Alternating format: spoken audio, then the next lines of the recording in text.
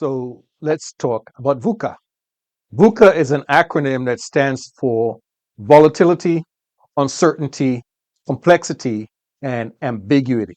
Volatility, uncertainty, complexity, and ambiguity. Now, this is a concept that originated in the late 1980s, developed by the U.S. Army War College in the late 1980s, and it was used to describe the complex and turbulent, unpredictable world that emerged after the end of the Cold War.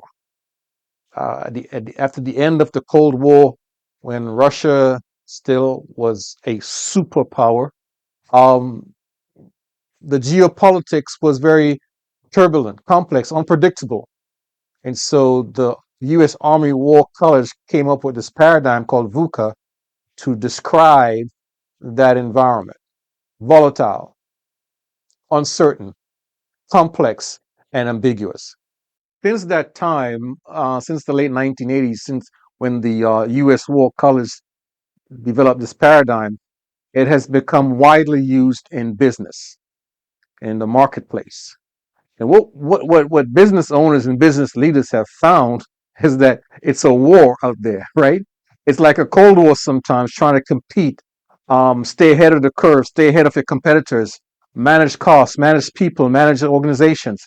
It could become very volatile, uncertain, very complex, and very ambiguous. So the term VUCA became part of the business leadership and business management lingo, if you would.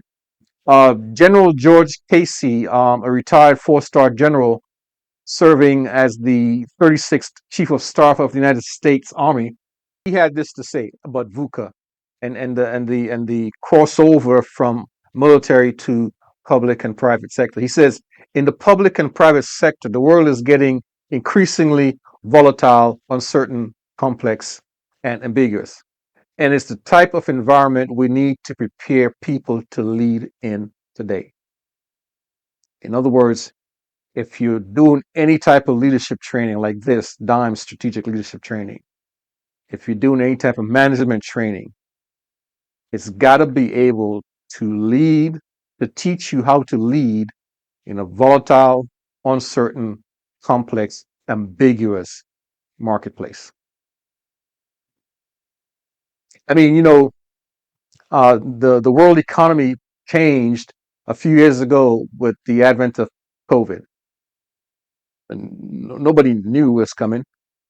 And in spite of all the pundits and conspiracy theorists who knew COVID was coming, um, but for most of us sane people,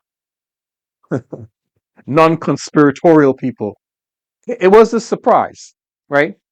It was a surprise at the level of disruption in supply chains, the level of disruption in labor markets, the level of disruption in the economic markets. It was complex, volatile, uncertain, and ambiguous. The world is in a state of VUCA.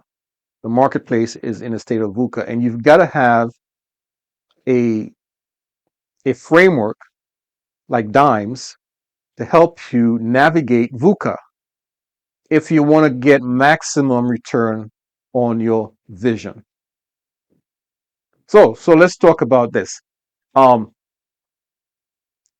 Risk is amplified. So there's already inherent risk in strategy implementation, right?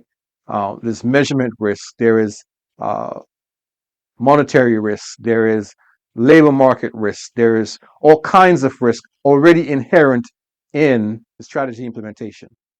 VUCA amplifies those risks so that the risk associated with strategic plan implementation are amplified because the traditional approaches to planning and forecasting are less effective. The way you plan and forecast when there is no or little volatility, that's not going to work in an environment where volatility is through the roof. It's not going to work in an environment where uncertainty is through the roof. You've got to find different, more innovative ways to do forecasting, strategy development, and strategy implementation. A couple of very successful business leaders understand risk. In fact, Mark Zuckerberg said the biggest risk is not taking any risk. I don't think that's original to him, but he said it at some point in time. I'm sure he was quoting someone. In a world that's changing really quickly, the only strategy that is guaranteed to fail is not taking risks, right? But again, there's two sides to that statement. Not taking risk is a risk that guarantees failure, according to Mark Zuckerberg. True statement. So, which means you've got to take risk.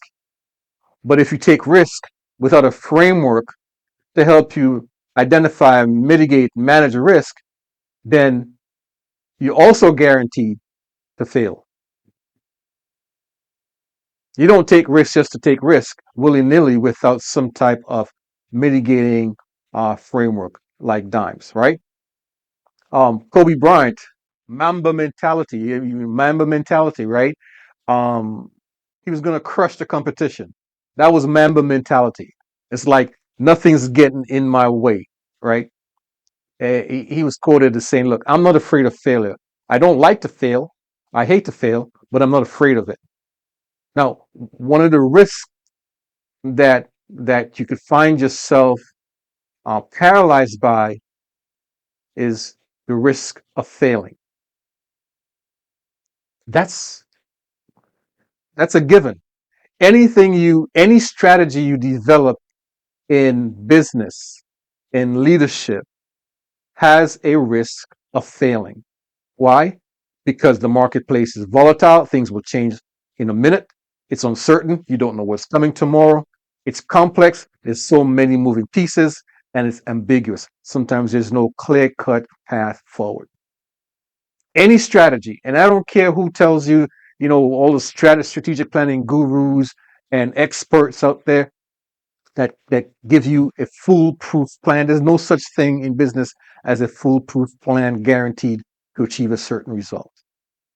What you have to do is to create a strategic plan that is agile enough to identify risk early enough so that you could make contingency pathways, or what we call strategic off ramps, to get to where you want to go. Being afraid of the risk of failure is a risk that some people succumb to and become paralyzed and say, "Well, I can't really, we don't really want to do that because we might fail." You may not want to live because you might die, right? But anyway, I'm sharing these perspectives on risks from different business leaders and successful people because it's important to understand that as a business owner and a business leader, your role is really to strategically navigate the risks in the marketplace so that you could achieve strategic vision. How do you strategically navigate with your relationships, with your resources?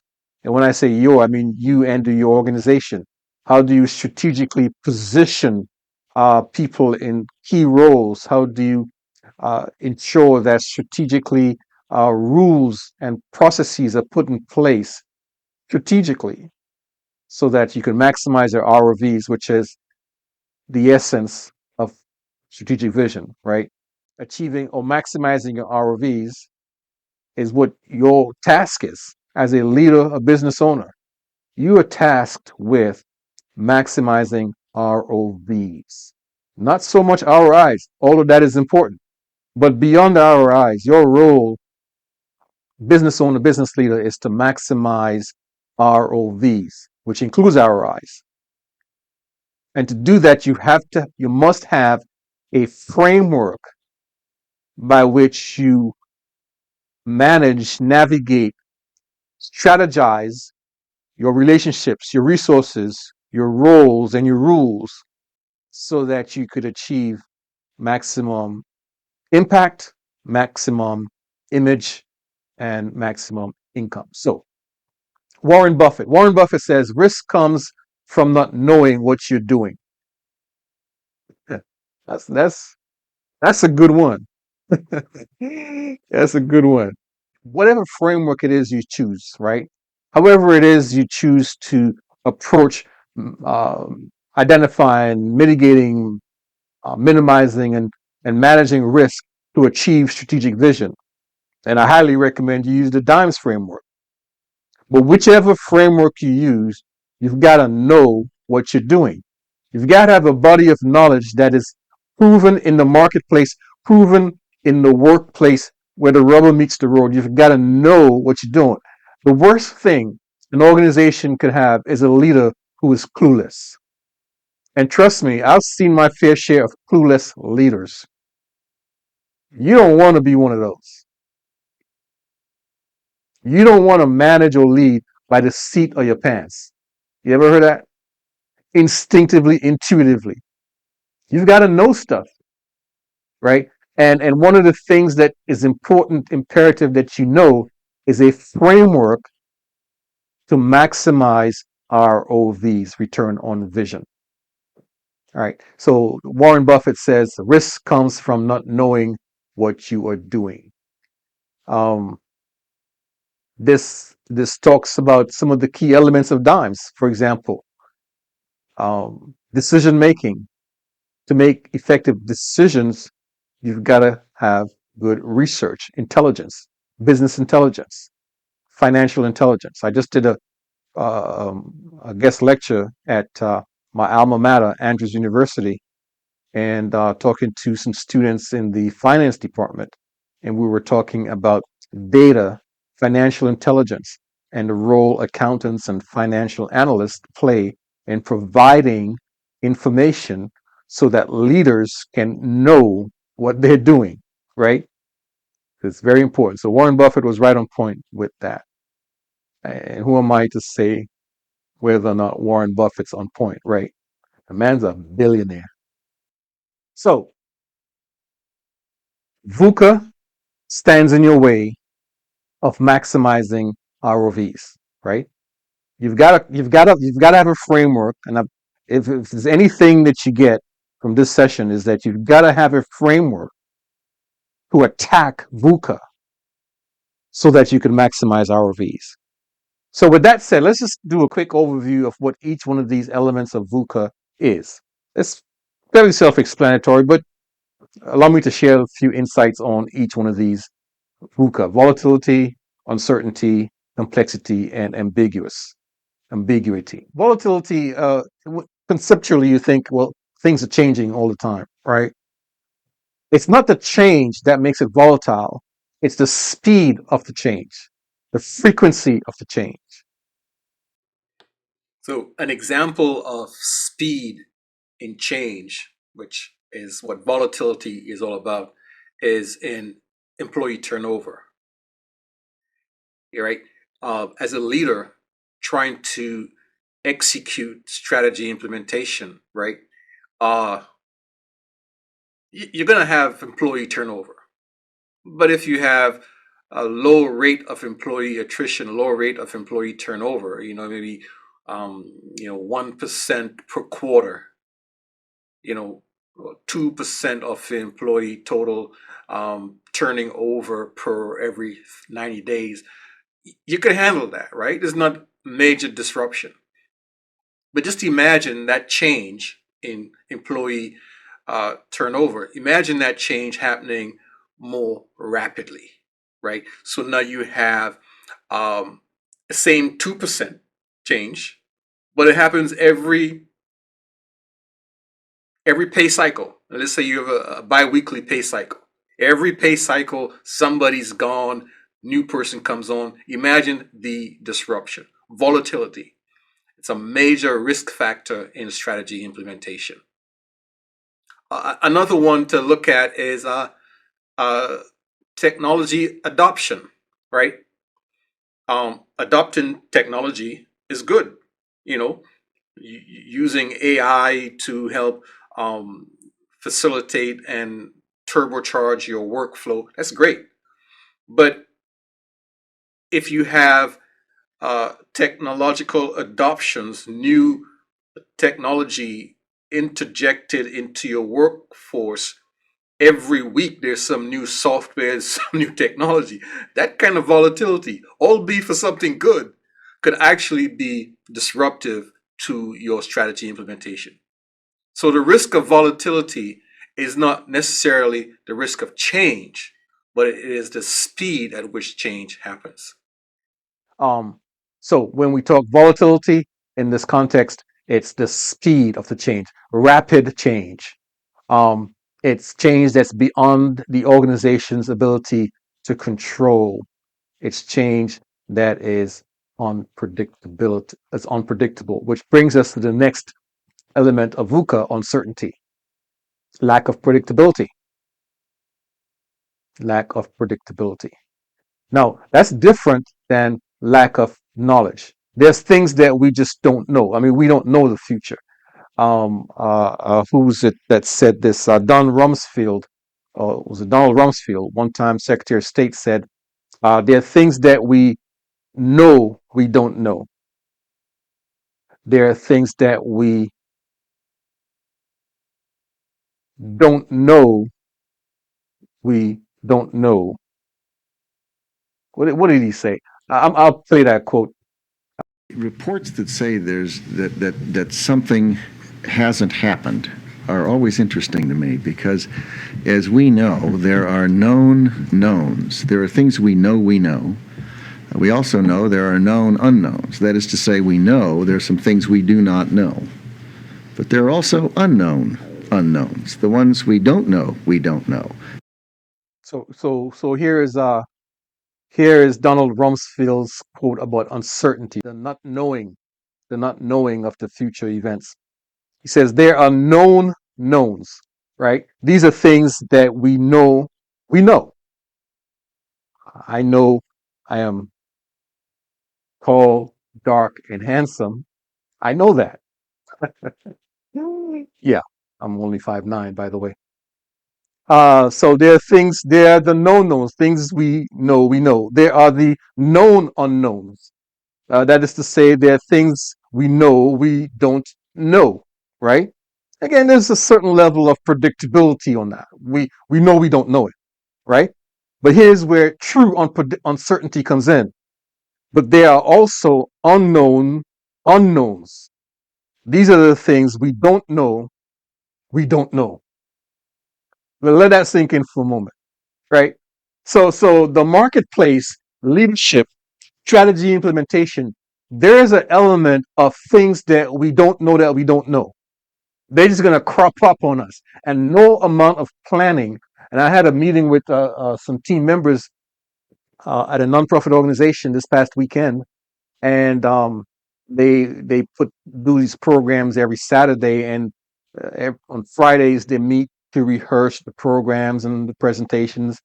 And invariably, I was saying, look, it doesn't matter how much you rehearse, how many rehearsals you do, things are going to go wrong because there are things that you don't know that you don't know. And if you don't know what you don't know, you can't plan for what you don't know. You can't rehearse for what you don't know. And so because the gist of that conversation was that, some of the team members were getting really hyper, really hysteric about, this should have never happened, and how could this happen? And as a business owner, business leader, you have to be the one that brings a certain calm to situations because you understand, look, I don't know everything. There are known knowns. There are things I know I know. There are things I know I don't know. But then there are things that I don't know that I don't know. That's the marketplace. That's the uncertainty and the unpredictability that VUCA envisions when we talk about VUCA. Complexity. So complexity has to do with moving parts. There's just so many moving parts. And one of the things that makes complexity even greater and will become so much more complex in the future is the influx of information, right? As a business, so with AI, you now have uh, you're now exposed to a higher volume of information that's coming at you, that's available to you, that you need to parse and vet in order to make a decision. Complexity. The more data points you have to consider, the more moving parts that are going to impact your decision and your strategy makes that a complex, a VUCA complex situation. Again, in the Dimes strategic framework that we teach, the first element we teach is decision making, strategic decision making risk. The D is Dimes, decisions, right? Because we can't change the complexity of the marketplace, but we could change the complexity by which we process the complexity, right? And one of the things that we teach in our decisioning element, the Dimes, the first D being Dimes, is how to create a organizational specific decisioning algorithm. And what an algorithm does, it simply is a process by which you could streamline a decision making process. This is invaluable to deal with the complexity of VUCA, right? And we teach an entire segment on the decision algorithm, how to create one based on the three I's. We call it the 4R, 3I decision algorithm. But you've got to have something like that, some type of framework to deal with complexity. And then the final uh, element of VUCA is ambiguity. Ambiguity has to do with, have you ever asked a question, right? You in a conversation and you ask the other person simple question, a simple question that would probably require a one sentence response. And it's 2 minutes, 3 minutes, 4, 5, 6 minutes, and they still trying to answer that question. And it's like at the end of the response, you'll be like, what the, what did you just say?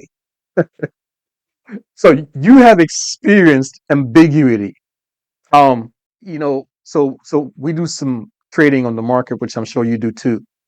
Um, and you look for certain signals, buying signals or selling signals, depending on where you're trading. Um, but sometimes the signals are not clear cut. And those are the times when you have to look at your data and you have to look at your trends, and even when you do that, you're still not sure, should I buy or should I sell? Nvidia is a stock that I held for a while until about maybe a year or so ago when I sold it. I don't remember the reason why I sold it, but I think I had a pretty good reason. But if you've been watching the market here lately, and for time reference, in case you're looking at this on a recording, today is February 26th, 2024. If you've been watching the market here in the last few days, starting mid last week, Nvidia is on a tear, right? And you look at the last year's results on Nvidia, it's up 200% or more, and I'm like, wow. I made a selling decision about a year ago, right around the time when Nvidia took off, because the data I was looking at, to me, at that time was ambiguous. I wasn't sure, should I hold, should I sell? And obviously, I made the wrong choice. No, I bought something else that did pretty well. So net, I'm not totally at a loss. But it would have been nice to get some of that Nvidia profit over the last 12 months. Again, decision making, strategy implementation is very VUCA, right? So from this section here, the takeaway has got to be, as a business owner, business leader, trying to achieve strategic vision for you and your business, you're going to run into a very, very VUCA environment. And without a strategic framework like DIMES, to help you navigate the landmines and the quagmire of VUCA. And I hate to say this, but you're dead in the water. You're up a paddle without a creek. Well, that'd be interesting. That'd be interesting to be up a paddle without a creek. What I meant to say was you'll be up a creek without a paddle, strategically speaking. All right. So let's go into the next section. All right. So now that we've talked about ROVs, impact, return on vision based on impact, return on vision based on image, return on vision based on income, both quantitatively and qualitatively. We've talked about VUCA. VUCA stands in the way of your ROVs. And DIMES helps you to navigate VUCA so you can, in fact, achieve high ROVs in impact, image, and income.